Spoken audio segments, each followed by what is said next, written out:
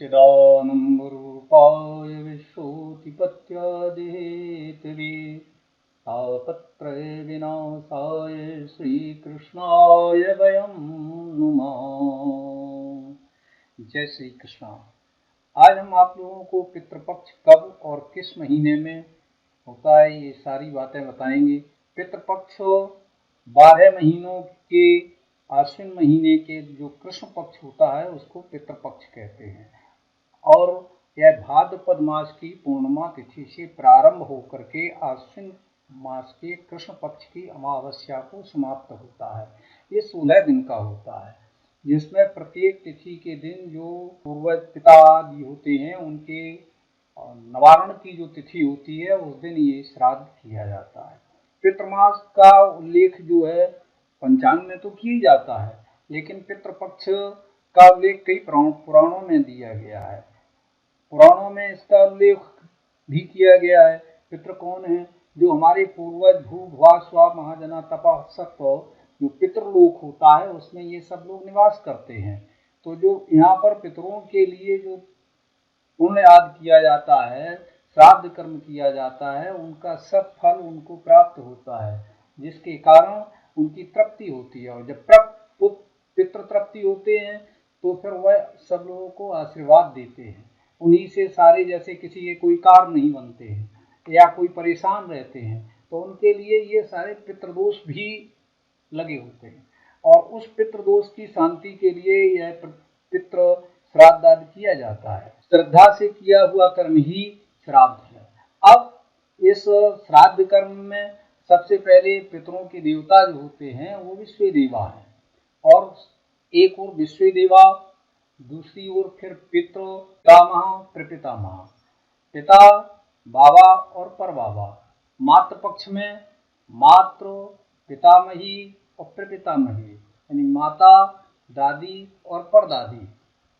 और नाना पक्ष में माता माँ सपत्नी का नाना नानी और फिर उनसे पूर्व में नाना नानी और उनके पिताजी के नाना नानी। इस तरह से मातामह प्रमातामह वृद्ध प्रमातामह सपत्नी का। इस तरह से इन सब का पूजन और जो पिंडदान आदि किया जाता है। वैसे श्राद्ध तो पितृपक्ष में किया जाता है लेकिन जो नांदीमुख श्राद्ध होता है उसमें भी जब कोई भी घर में कार्य होता है तो उसमें पितरों का पूजन किया जाता है। वैवाहिक कार्य है या यज्ञ कार्य है या कोई हवन है कोई पूजन है तो उसमें जो नांदीमुख श्राद्ध किया जाता है उसमें भी इन सब लोगों को जो है पूजन करके बुलाया जाता है जिसको पंचांग पूजन कहते हैं। पंचांग पूजन में गणेश गौरी वरुण और मातृका पूजन के उपरांत फिर जो नांदीमुख श्राद्ध किया जाता है वह अति आवश्यक होता है क्योंकि नांदीमुख श्राद्ध जब होता है तो पितृ प्रसन्न होते हैं, उनका आह्वान होता है, उनका पूजन होता है, उनके लिए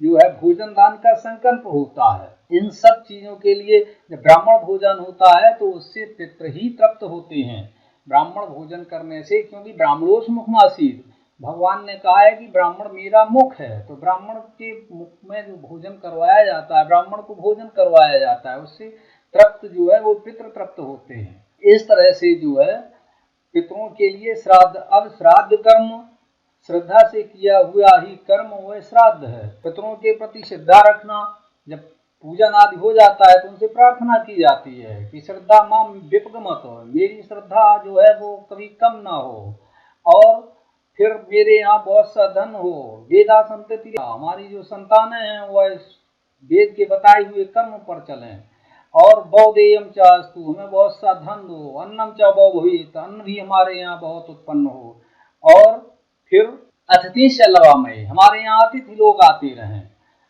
हम किसी के यहाँ मांगने नहीं जाएं, मांगने वाले लोग हमारे यहाँ आते रहें। एता आशीषा सत्या संतु यानी ये सारे आशीर्वाद आप हमको प्रदान करें। तो जब व्यक्ति श्राद्ध करता है, श्राद्ध करने के बाद ब्राह्मण भोजन आज जब श्राद्ध का पूजन हो जाता है तब उनसे ये सारी प्रार्थनाएं की जाती हैं। अब जैसे जिनका कोई नहीं होता है तो उनके लिए सद्गति प्राप्त करने के लिए उनको एक विकर का भी पिंडदान किया जाता है श्राद्ध कर्म में। ये नांदीमुख श्राद्ध में ये पिंडदान वगैरह नहीं होता है, इनमें केवल दूर्वांकुर के द्वारा ही बनाए जाते। तुम नाम नरकेति त्रायते सा पुत्रा, पिता की आत्मा ही पुत्र के रूप में उपस्थित होती है और जो पिता को नरकों से जाने के लिए बचाता है, उनके स्वर्ग के लिए, जो अच्छी सदगति को प्राप्त करने के लिए, उसको सत्पुत्र कहते हैं। पुण्नाम नरकेति त्रायते सपुत्रा, जो पिता को नरक की गति से जाने के लिए बचाए, उसी का नाम पुत्र है। पितरों की तृप्ति के लिए श्राद्ध तो करना ही है। श्रीमद् भागवत में महात्म्य में कथा दी गई है। आत्मदेव जी के यहाँ धुंधकारी और गोकर्ण का उपाख्यान है, उसको अब हम अगले बार में आपको सुनाएंगे, क्योंकि पितरों की तृप्ति के लिए ही है गोकर्ण उपाख्यान कहा जाता है। मौली वृंदावन बिहारी लाल।